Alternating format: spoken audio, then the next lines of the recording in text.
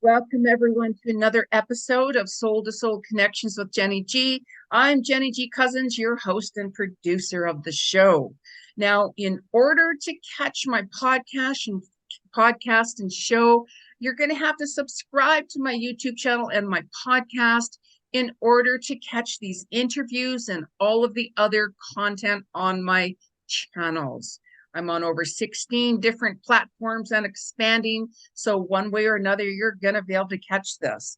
Now, if you feel, by the way, that you have a story that you would love to share with me and others that's inspiring or something that you really feel, you know what, I really want to talk and share, let me know. Send me a message because you just never know when Jeni's just going to reach out and say, let's do this. I'm listening.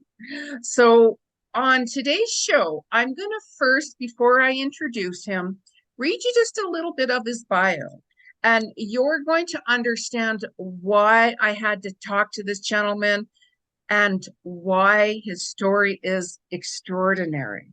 So, my guest today is Byron Lacy. And Byron was born in Burnett, Texas on March 21st, 1950. He is a fourth generation Texan. Byron's great grandfather, George W. Lacy, came to Texas in the 1850s.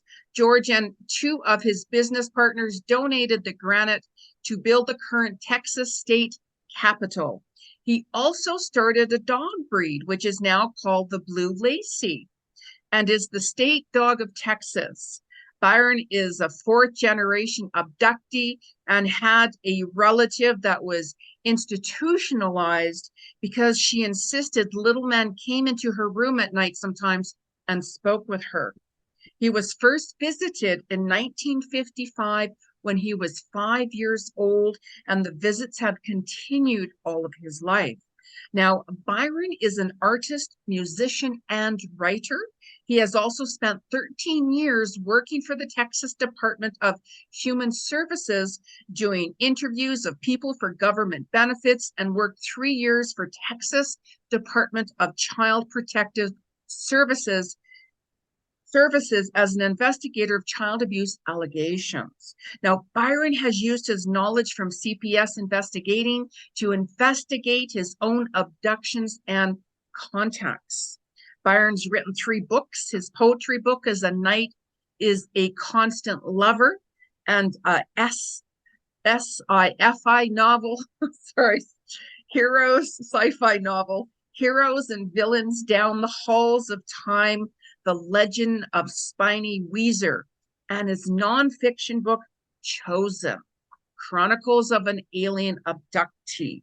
Now, Byron is also a musician and writes experimental electronic music on synthesizers using inspiration from music introduced to him by aliens, and has 7 CD collections of music on Amazon.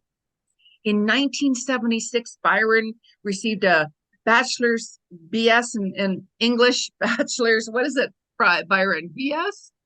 Bachelor's? Bachelor of Science. There you go, sorry. In English. In 1977, he received an MA in graphic art, and in 1978, an MFA in graphic art. He has paintings and sculptures exhibited in galleries and museums throughout the United States. Now, Byron lives in Texas, where he spends his time writing, creating sculptures and all art, studying psychology, creating music, researching alien abductions, and helping abductors. Sorry. Now, Byron is here to share his story and experiences of being abducted by the aliens and what has happened. And he's going to share different experiences that he has gone through. And thank you for taking the time today to speak with me, Byron. I'm very grateful to hear your story and your experiences. Well, I'm glad to be here. I appreciate it. Oh, of course. Of course. I find you very interesting, like a very interesting person. And I thought I want to share your story and experiences because I know there's many other people out there who have gone through their own experiences, who have been abducted by UFOs and aliens themselves. And some people are too scared to talk about it, where some people are going to be like, wow, I really connect with him. So, yeah, so now in 2009, you were at a stoplight in front of a Walmart and you saw an UFO. Like, what happened?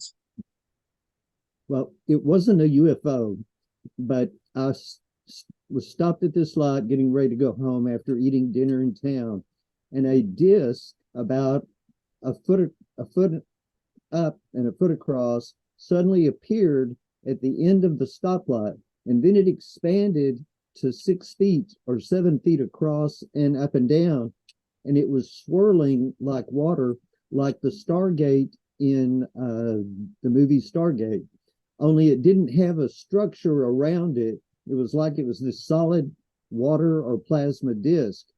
And I was looking at that, and I looked at the cars all around me and the people. I could tell nobody saw it. I closed my eyes and opened them, and it disappeared when I closed my eyes, and it was there when I opened them. I moved my head, it didn't move with me. So I knew it wasn't inside of my head. And then the light changed to green, and it exploded like water all over, except that it was gone before it hit the ground. I went home and I called this friend of mine who he was into researching UFOs and aliens, the Illuminati, all kinds of stuff. And I told him what happened, and he didn't have anything to say. Now, I had told him everything that had ever happened to me, all the strange things since that I remembered all my life, and he didn't have anything to say. So, excuse me, I headed home, and the next week, on the exact same day, at just about the same time, the exact same thing happened again. I happened to end up stopping at that stoplight, and that thing appeared. So, and it played out the same way. Nobody saw it. It blew up and disappeared, and it didn't make any sound. And I went home. This time I didn't call my friend. And the next day I went to his house because we would walk along the creek for exercise. There's a nice path in town along our creek. And I told him it happened again. I told him about it. He didn't say anything.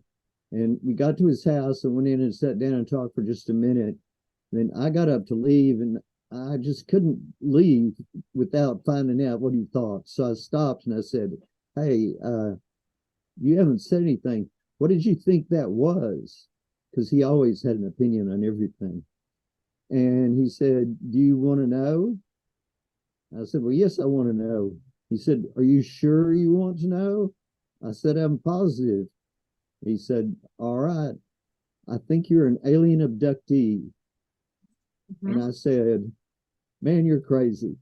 And he turned around to his computer, and he got some things and wrote them down, and he handed it to me, and it was some web addresses. And he said, when you get home, you look at these, look them up and read them. So I took them home, tossed them on the desk, and went and watched TV. And for about 5 days, he kept going, have you looked at those sites yet? Have you looked at those sites yet? My answer would always be no, and I had some excuse. Well, I got tired of him bugging me, so I looked at one, and it had 99 questions, and it said if you answered like 80% of them yes, then there's a chance that you're an abductee. Well, I answered all of them yes, except for the ones that were specifically for women only. And there were 2 other sites, and I found the same thing, and I answered them the same way. It was all yes. And then I also found a link to a website about PTSD, which I knew nothing about. So I went and looked at all that and realized I've had PTSD for most of my life too. Mm-hmm. So, sorry, go on. No, that's okay. Because on April 24th, 2009, you also felt someone move your bed, and then you found yourself in a sort of a cloth or something. Like, what happened?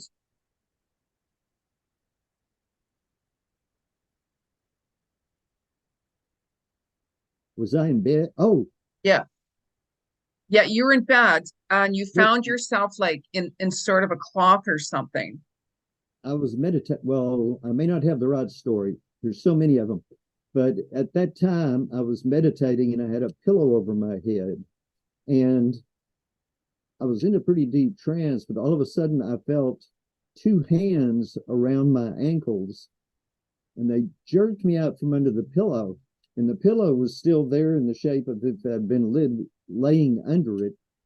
And I laid there for a long time and I didn't want to open my eyes because I didn't want to see who was in my room. But finally I did, and there was nobody there. Is this anything like what you were asking me about? Yeah. Yeah, because I know you have many experiences and stories, right? Yes. Yeah. I have a long resume. Oh, I know it's extensive. It's absolutely extensive, right? Because you also found yourself like on a table, like an examination table of some sort, and you saw three aliens in front of you. Like, can you share about that?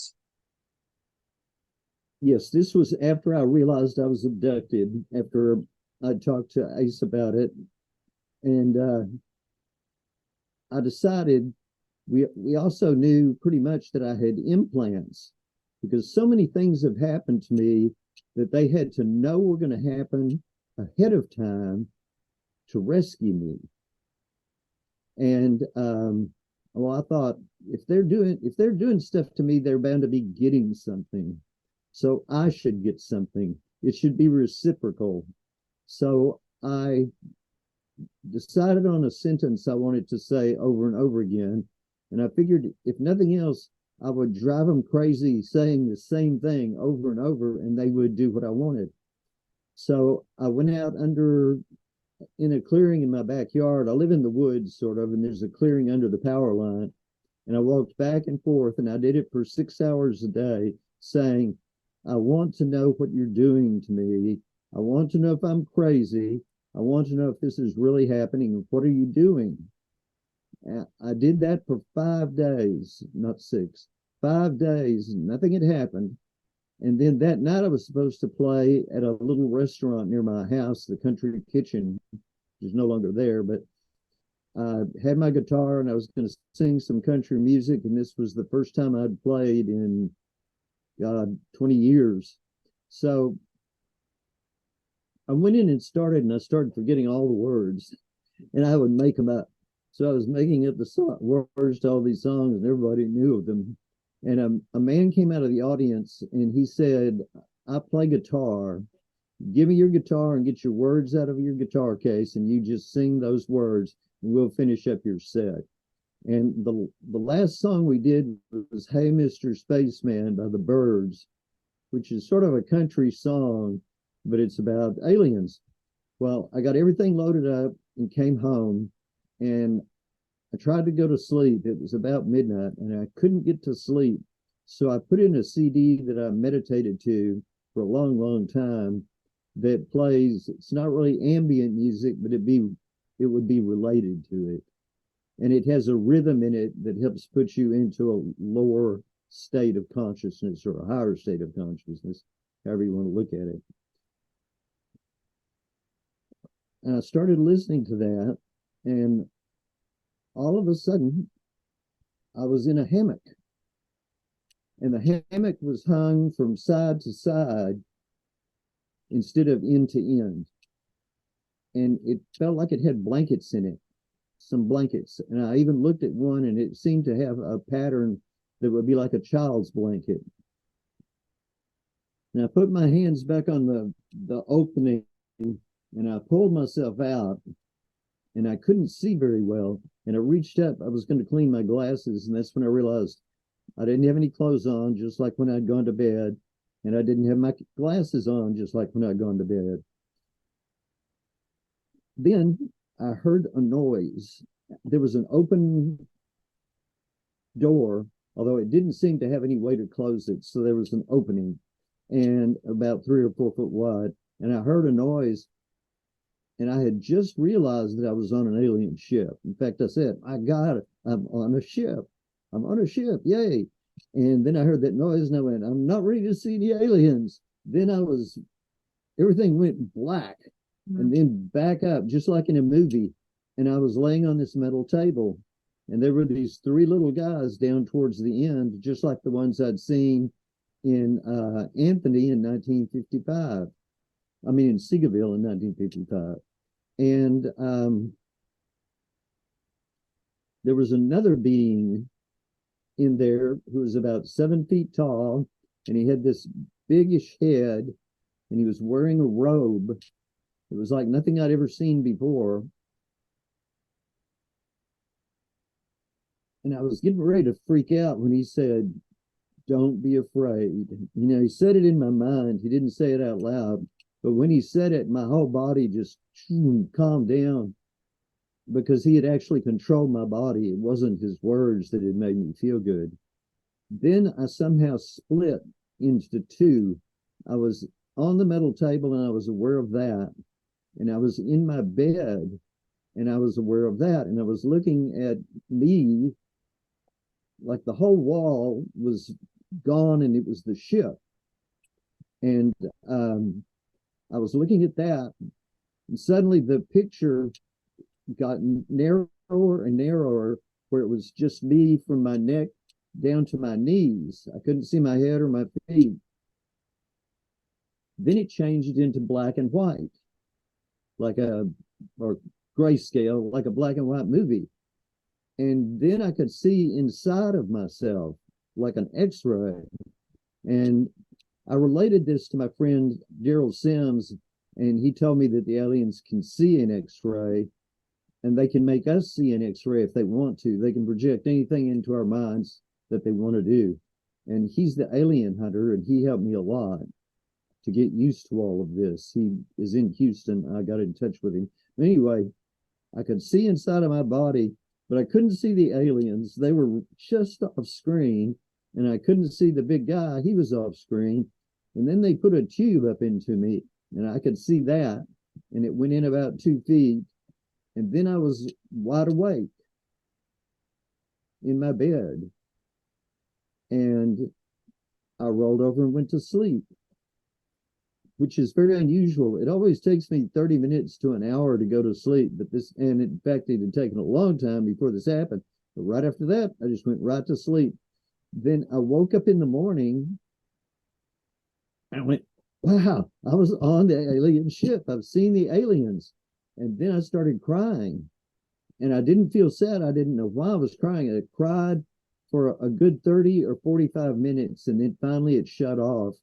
And I figured that somehow it had unleashed unconscious feelings or something. I didn't know. That was my explanation to myself.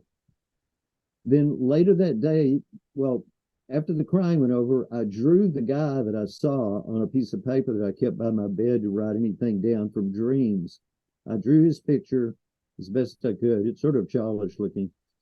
And I put it in my pocket.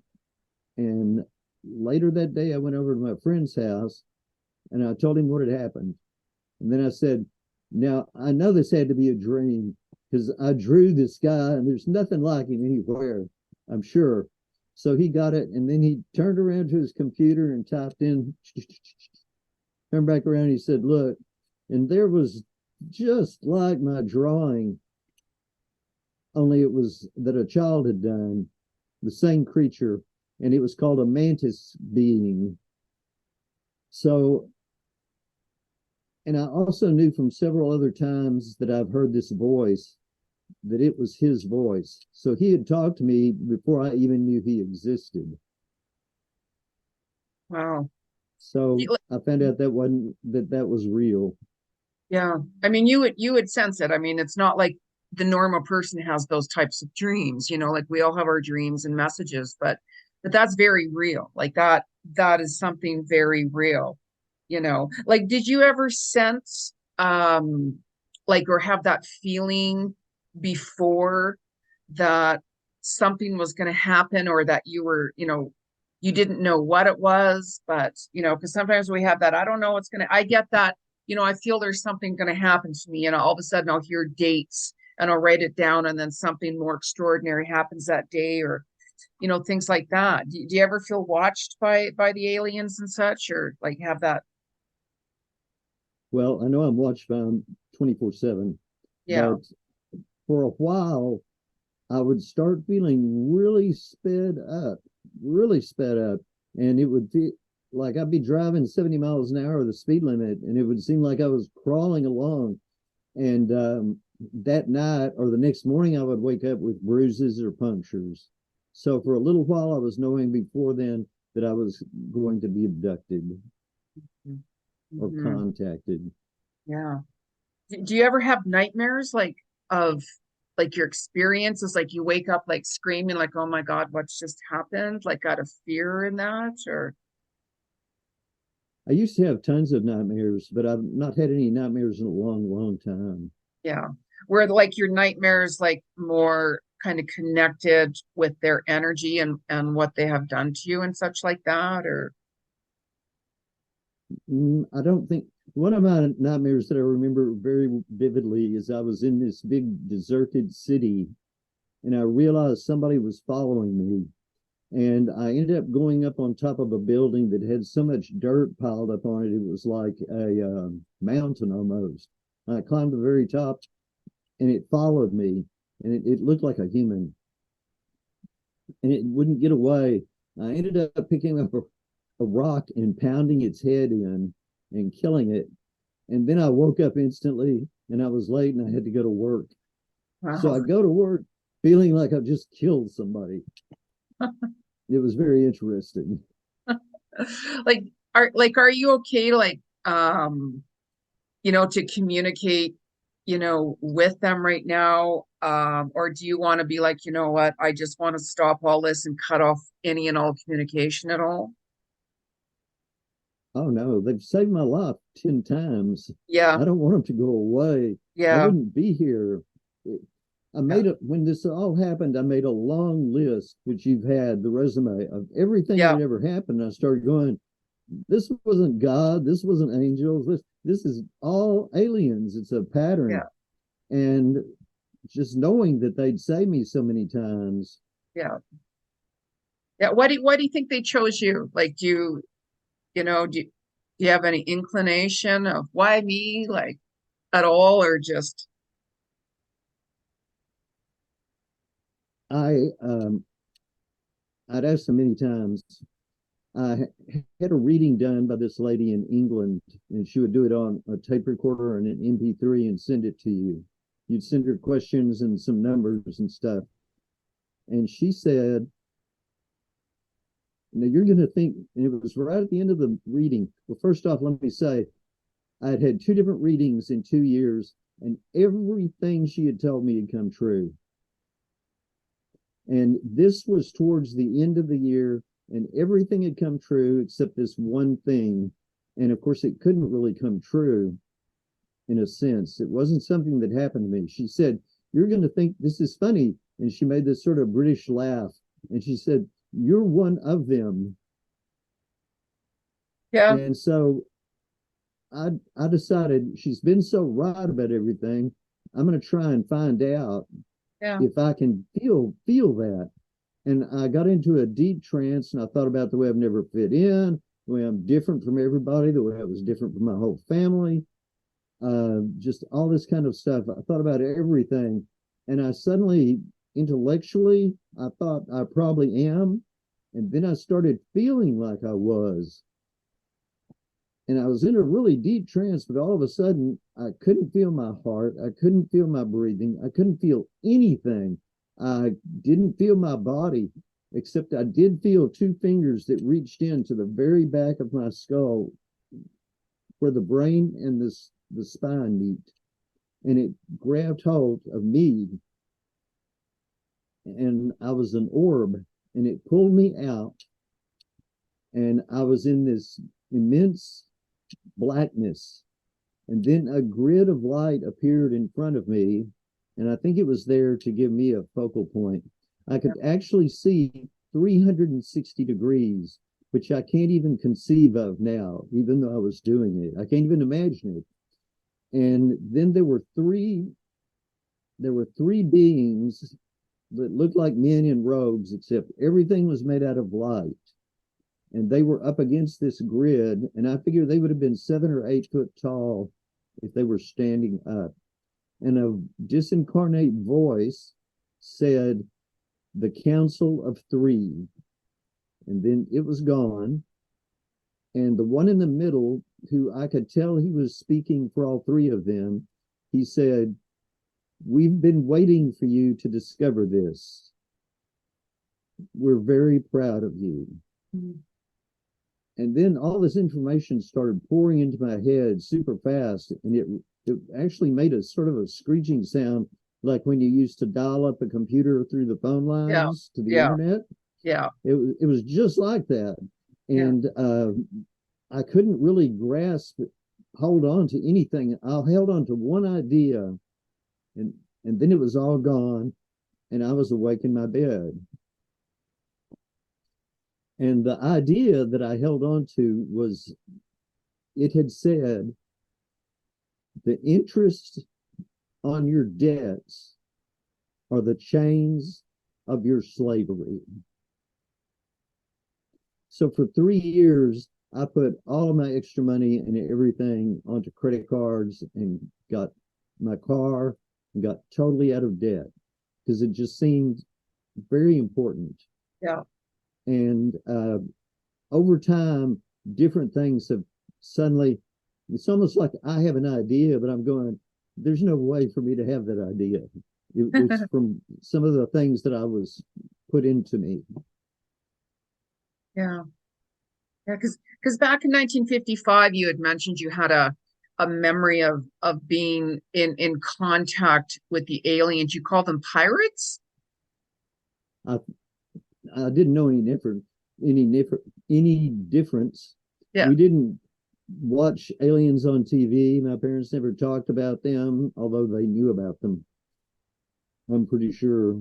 And my favorite cartoon character, we didn't have a TV, so it was in a book, was Captain Hook and Peter Pan.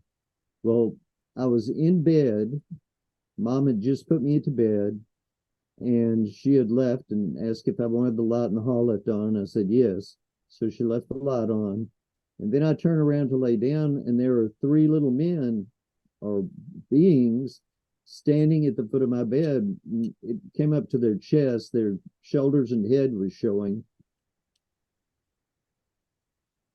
And I yelled for Mama because there weren't supposed to be any people in my room, especially that small. And she came in there, and I told her what I saw and everything, and she tucked me in and told me to go back to sleep. The next night, the exact same thing happened. The night after that, the exact same thing happened, except this time she sat down on the bed and she said, "Son, if they come in here, don't call me again, because when I get here, they're going to be gone. And you're just going to have to learn to deal with them yourself." So she left the room, and I watched her leave, and I turned around, and there they were. Plus, there was some really tall guy that looked like Captain Hook. He looked like he had a big hat on. And now I've realized it was the big head of the one I saw in the spaceship. And he looked like he had a pirate shirt on, which was actually his robe. And I couldn't see his legs because of the darkness of the room. But it seemed like he danced around in a way. He moved real funny.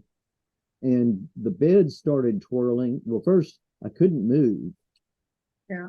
It was like I was tied down, but I wasn't tied down, but I couldn't move. Yeah. And the bed started to slowly twirl. And the room got bigger. Now, of course, it's impossible for the room to get bigger. So I was obviously on their ship, but I didn't know that. They were making me see this. So the room got bigger. I was twirling around and around slowly. And the little guys were moving with the bed too, as if they were glued to the side of it. The big guy was dancing around, And then I was just about to start screaming when it all stopped. Yeah. The bed was the right size, the room was the right size, and they were gone. And I laid down and pulled my covers over my head, my pillow over my head. And it wasn't that they scared me, it's just they were so weird. And I decided I didn't really want to ever see them again if they showed up. So I was going to cover my head, and I did every night from then on. Yeah, because your mom wouldn't even go back into your room, you'd mentioned. She knew Yeah, it was futile. She knew yeah, about them. yeah, yeah. So she didn't feel comfortable to go back into your room. She could probably sense something, but really didn't want to get involved with it. Like, were you ever scared? Like, did you feel like, I can easily go into my room, no problem? Or did you kind of have that, I don't know if I should go into my room or, Mainly, I wanted the closet door closed. In fact, I closed the closet door until I was about 35, and then I went, "This is ridiculous."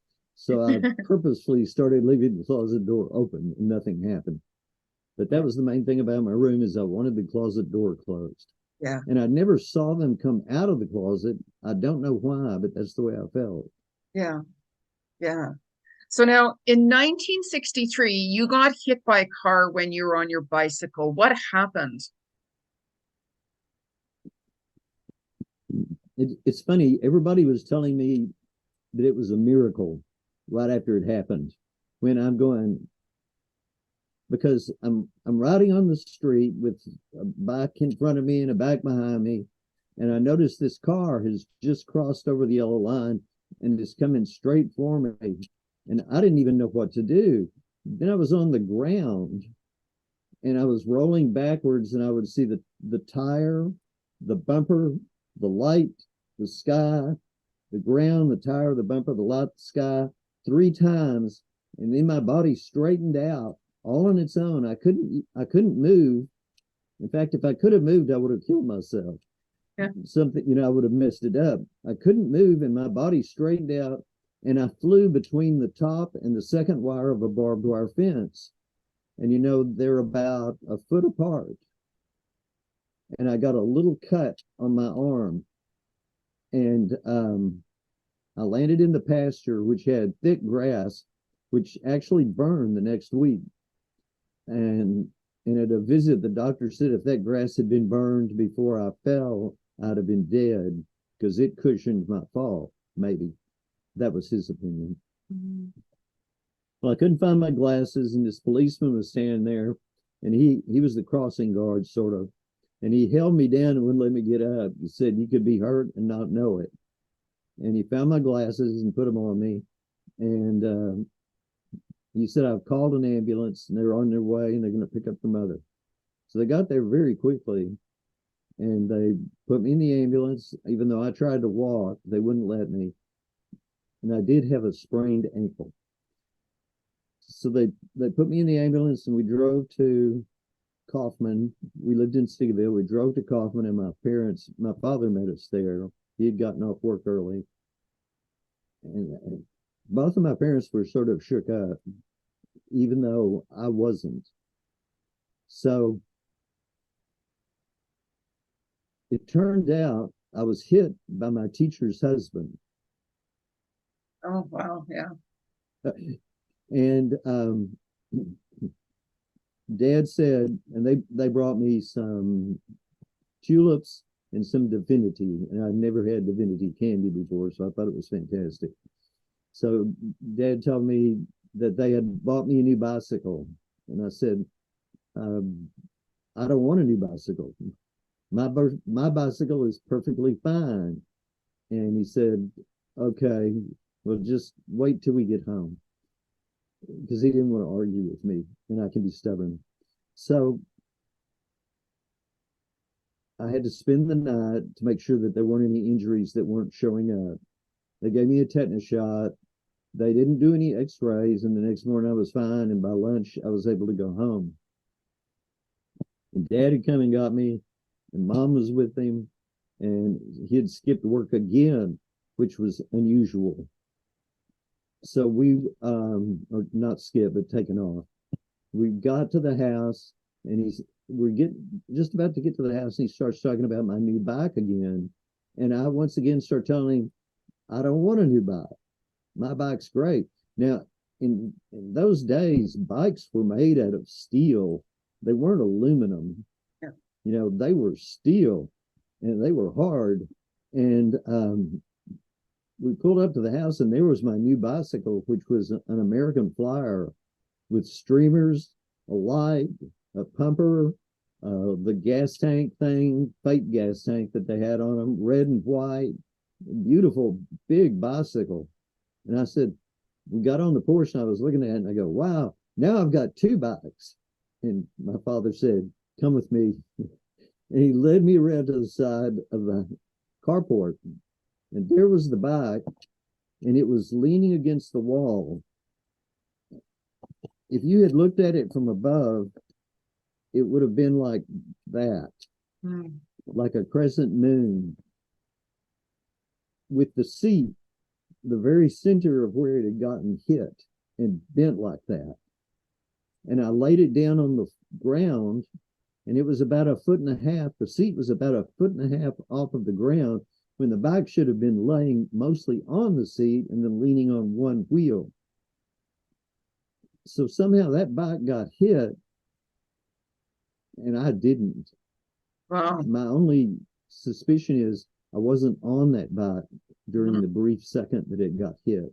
Yeah. And I have a memory, or an event happened a few years later when I was in high school. I worked at Branson's grocery store, and one of the kids had to go up on the roof to check out something about the air conditioner.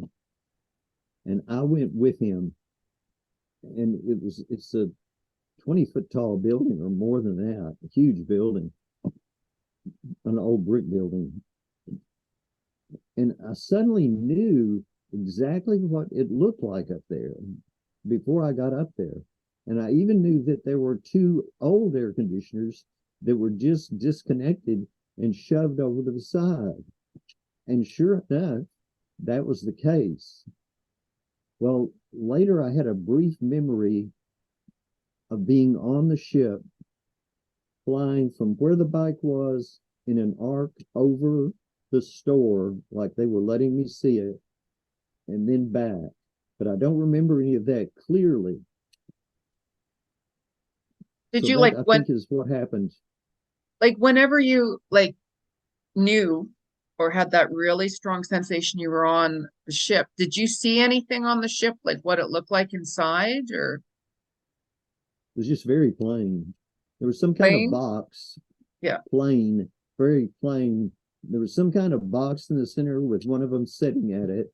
And I was actually looking through the wall. Part of the wall became transparent. So what did what's your clearest vision of what one of the grays or the aliens look like? Do they wear clothing, or do they are they a certain height roughly, or are they like different sizes? And They were about 4 feet tall, and whatever they were wearing, it was seamless. It didn't look like skin, but it didn't look like clothes. And yeah. it meshed with their, just seamless. Could you tell if that yeah. Could you tell if it was a male or female, or no? No, okay. Did you feel calm, like whenever you were on the ship? Like, were you like, okay, it feels normal, it feels okay? Or were you like, oh my gosh, I'm really nervous? Or I was oddly calm. okay, that's a But good even sign. when I went on the one that I told you about first, I was calm until I heard them. But Okay. then I was calm again because they made me calm. Yeah, because you heard something, and and then you're like, oh my gosh, and then you just felt this kind of calmness and peace and such like that. Well, actually, everything faded to black, and then it came back, and I was okay, and I was laying on the table. Oh my goodness. Yeah. Yeah. Did you feel any pain in your body at all when you're laying on the table? Like, did you know what they were doing? Did they communicate to you and say what they were doing, or? No, but I was perceiving it from my body in my bed, even though my body was actually on Yeah, the ship. yeah. Did you hear when you would have an opportunity to die? Because I read that on your resume that you heard that there would be some opportunity for you to die. What was that like? Can you explain what happened? Or I was partly lying to myself. Not about that though. My life was really miserable. I mean, I didn't want to be alive in a way. So I invented this exercise or this experiment because I thought there's got to be a way where we can get out of our bodies to the area, to the land of death, whatever you want to call it, and not die and come back. And I meditated. I got into really deep meditations for several months. And then I came in to lay down to meditate, and this voice said, "You're going to be given the opportunity to die." And I thought, what am I thinking that for? That is so weird. Even though I've been trying to do that, sometimes I can be stupid. And so I laid down, meditated, everything's fine. Next night, once again, the same thing. I laid down and meditated. The next night, the third night, there was nothing. They didn't say anything, nothing. But it was still the third night. I got into a really, really, really deep meditative trance. In fact, I lost total contact with everything. And then a wall of light opened up next to me. And I thought that, oh, the light opened up next to me. And then everything started leaving me, all of my hangups, my fears, everything bad that had ever happened to me from people, trauma from my childhood, everything just was flowing away, which I think is like what we call the review. yeah, You know, life you have review. well, it's things that are connected to your ego, and they're not going to be able to go with you anyway. I don't think it's for a lesson, but it would be a lesson if you did a lot of bad things. But I Yeah, didn't experience anything like that except things that had been done to me or the way I've been treated by yeah, my father. yeah. And all of that went away, and I started feeling smaller and smaller and smaller and lighter and happier. And I was about the size of a pencil lead, and I felt really fantastic. And then I thought, I could go into that light if I want to. And then I go, I don't know. I don't know if I want to go or not. I mean, what if I come out and I'm having a heart attack? I'm 15 miles from town. I probably wouldn't live. And here, of course, I've been wanting to die for months. And so, or I thought I had. So I said, I'm not going to go. And then this voice, which turned out to be the same voice I heard on the ship and that I'd heard other times, it said, huh, you've been wanting this. And now that I've gone to the trouble to get it for you, you're not going to go. And it laughed 3 times. Ha! And each time it laughed, the wall of light turned into a sphere. And then it got smaller and smaller and was gone. And I was wide awake. Wow. If if you knew before any of this experiences that you've had and that you've been through, if you knew before, like if somebody told you or God or whoever told you, okay, you're going to go through these abductions with the aliens and such like that, would you have, and they're going to be like, you know what, are you okay to go through that, or do you not want to do that? What would you say? What would you say if that was presented to you before? And even now, what would you say? Are you glad you went through that? Or are you like, no, I don't want ever want to Oh, I go wouldn't, through that? I never wanted an ordinary life. Yeah, no kidding. And on top of that, I feel that before I was born, Yeah, I agreed to all of yeah, this, that it was set up, that everything was set up. yeah, Every important event in my life I agreed to, even if it was bad. Yeah. Yeah. Like, I'm pretty sure one of the things I knew after a time from that download was I had volunteered to come here, but I was going to come as a walk-in. This body had cancer when it was 2.5 years old, Yeah. and I was gonna get into the body while it was on the operating table, because the soul that had been born in it didn't want to stay here for those 2.5 years. I mean, only wanted to be here 2.5 years while life was good, and then it wanted to leave. Well, it changed its mind and didn't want to come at all. So at the last minute, they put me in, and I was born here. Yeah.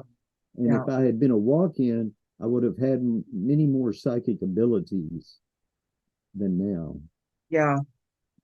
Yeah. Because I was reading on part of your resume as well that your body had froze up for 6 hours when you were at Camp Vickery in Texas. Like, what happened?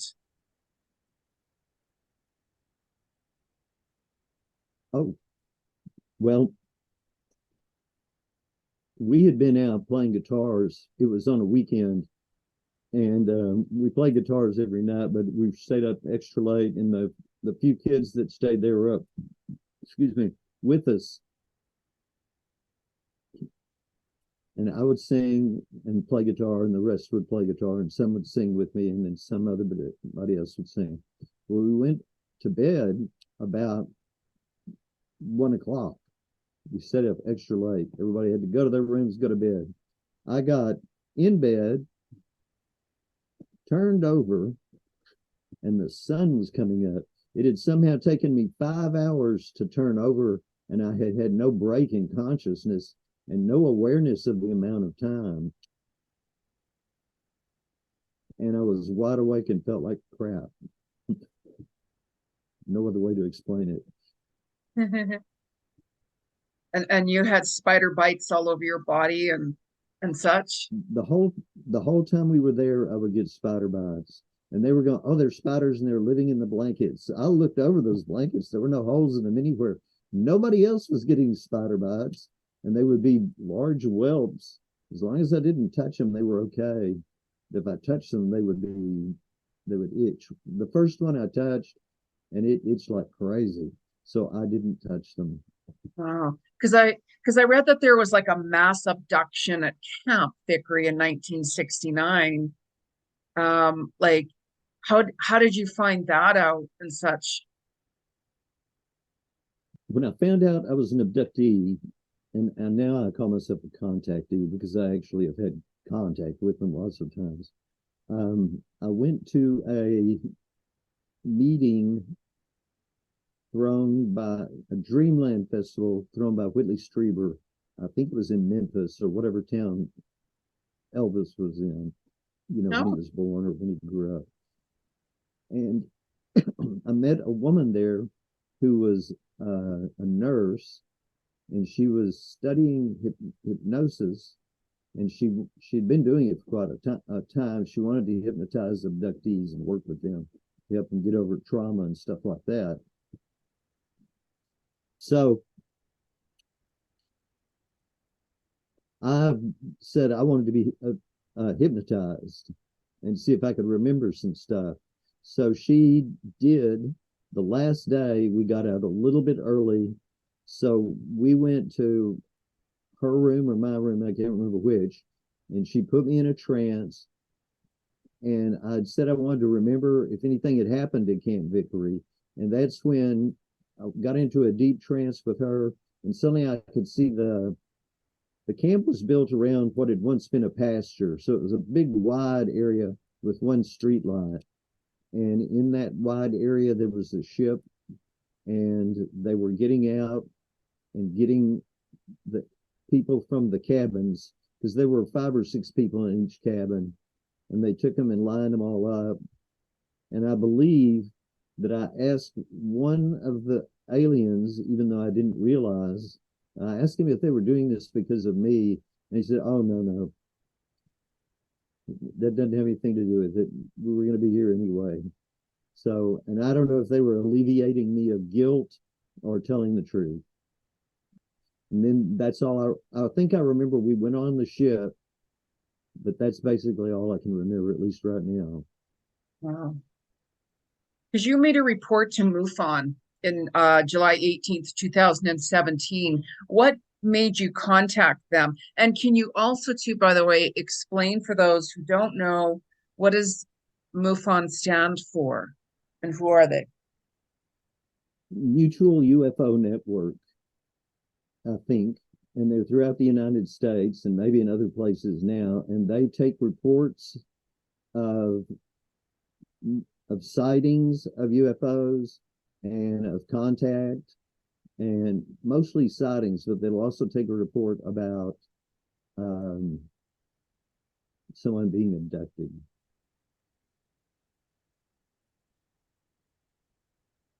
I think this was the one where I was driving in my car,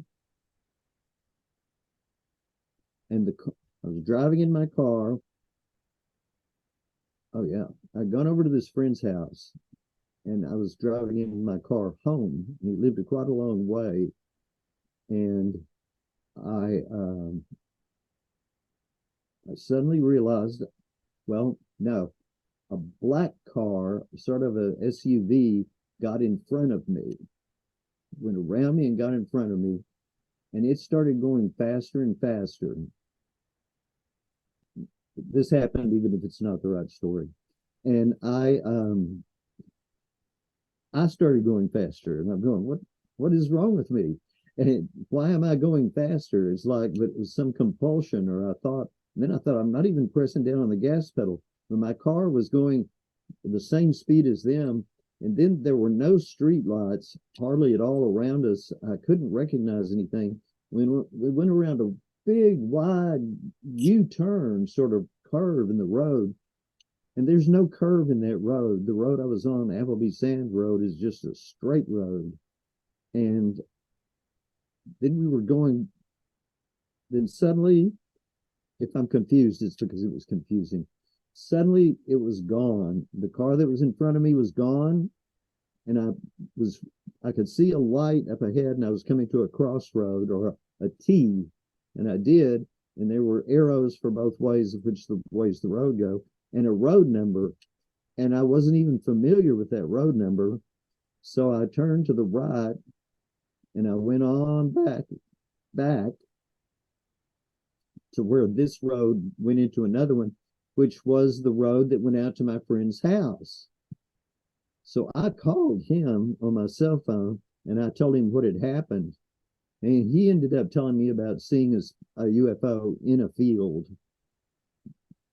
But then I turned and went all the way.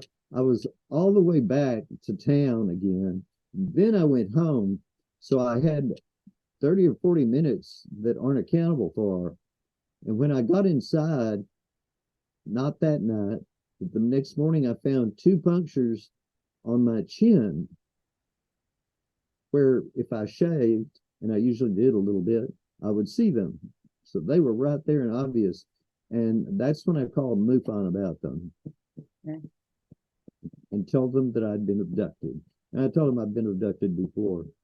And they came out and talked to me, and one of them played good cop, and one of them played bad cop. And I just wanted to tell them my story. Yeah. So anyway, I did. And they said that it sounded very credible, but unless I had a photograph of me standing with a UFO or with one of the aliens, they couldn't really say that it was true. But they said, but you don't seem like you're lying. Yeah. So yeah. that was they gave me a unknown or undeterminable, Of course. which was fine. Yeah. You reported it. You know what? And that's the main thing, right? Like what they say, and after that point is a whole different story anyways, of course, right? So Right. like what do you think? Like why do you personally think that? Because there's like millions of stories of people getting abducted and their experiences and such like that. What do you think is the purpose of these beings, aliens, and coming to the earth and doing the abductions? What do you really feel they are doing and why? Well, if a person, I don't know. First off, I don't know. I have some theories. I have one theory, especially. They are actually from a different vibratory rate than we are. And they have to lower their vibratory rate to come on Earth and come in our house and pick us up and put us in a ship. And that's one reason they're always in a hurry. And when they take us onto the ship, they have raised our vibratory rate. And one thing you work in meditation is to raise your vibratory rate. So one quality you get is you get psychic abilities. I think that they bring us in the ship more and more. We get psychic abilities, at least the seeds of them, and they grow some. And each time they take us, it's a little stronger. I don't know if that's the reason they do it, but that is one of the outcomes. Yeah. And I have heard, I can't remember the lady's name. She did a lot of tapes on it. She said the bruises are actually damage to the body from our vibratory rate being raised so quickly and so high. But like their bruises go away in 1 or 2 days. In fact, when I find them in the morning, they already look 3 days old. I've got a bruise, you probably can't see it, got a bruise on my hand that's been there 5 days. And I did that. Yeah. By Wow. banging it into something. Yeah. Because And you have like it's still not going. yeah, because you have like nasal implants and solar plex adjustments.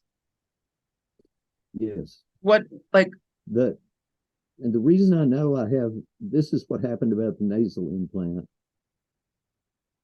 I had I had an inkling that I had one in my eye and one in my head and probably another one in my head up through my nose, but I didn't know what it would be for. One night I was watching, no, they cause a ringing in your ears. And I had gotten this CD that was supposed to cure, I can't remember the word for what, tinnitus. It was supposed to cure tinnitus. So I thought, well, maybe it'll cure an implant. Who knows?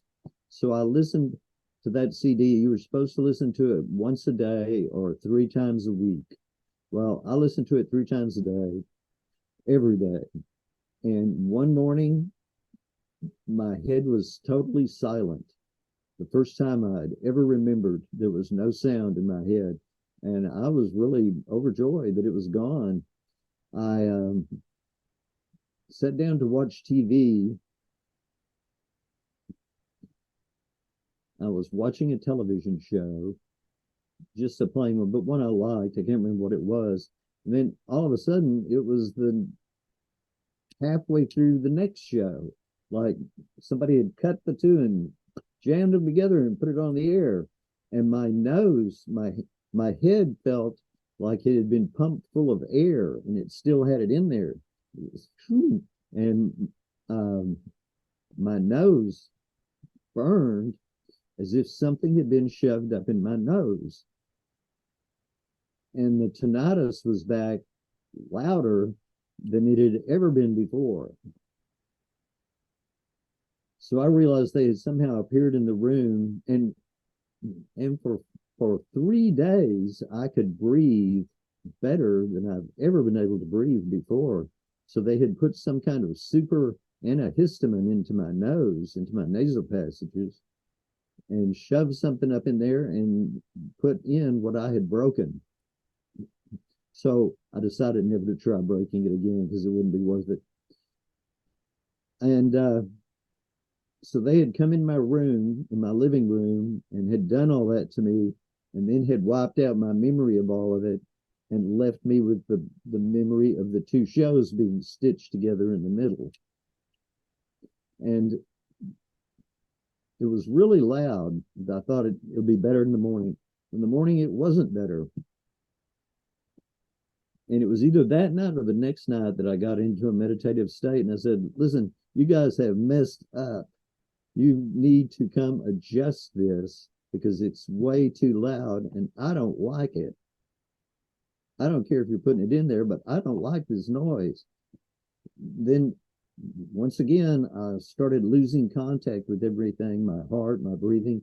But I suddenly, it was like there were hands moving over my solar plexus, and I felt this octagonal like shape rise out of me, and they rubbed on one side of it in a circular motion.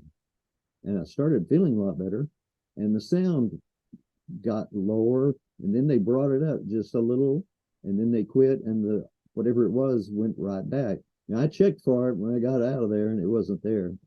So it was something non-physical, like astral or something like that.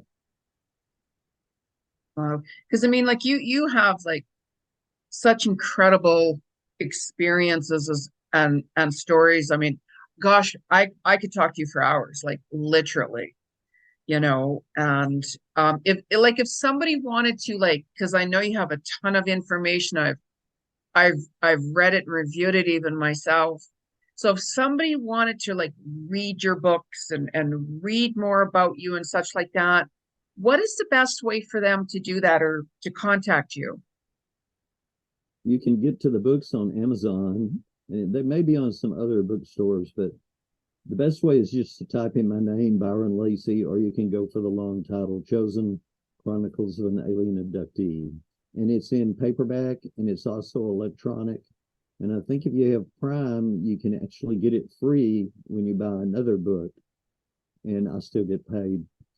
Uh, so that's one way you can get it. And you can Yeah. contact me. You can get through to me on Facebook. I've got two Facebook pages.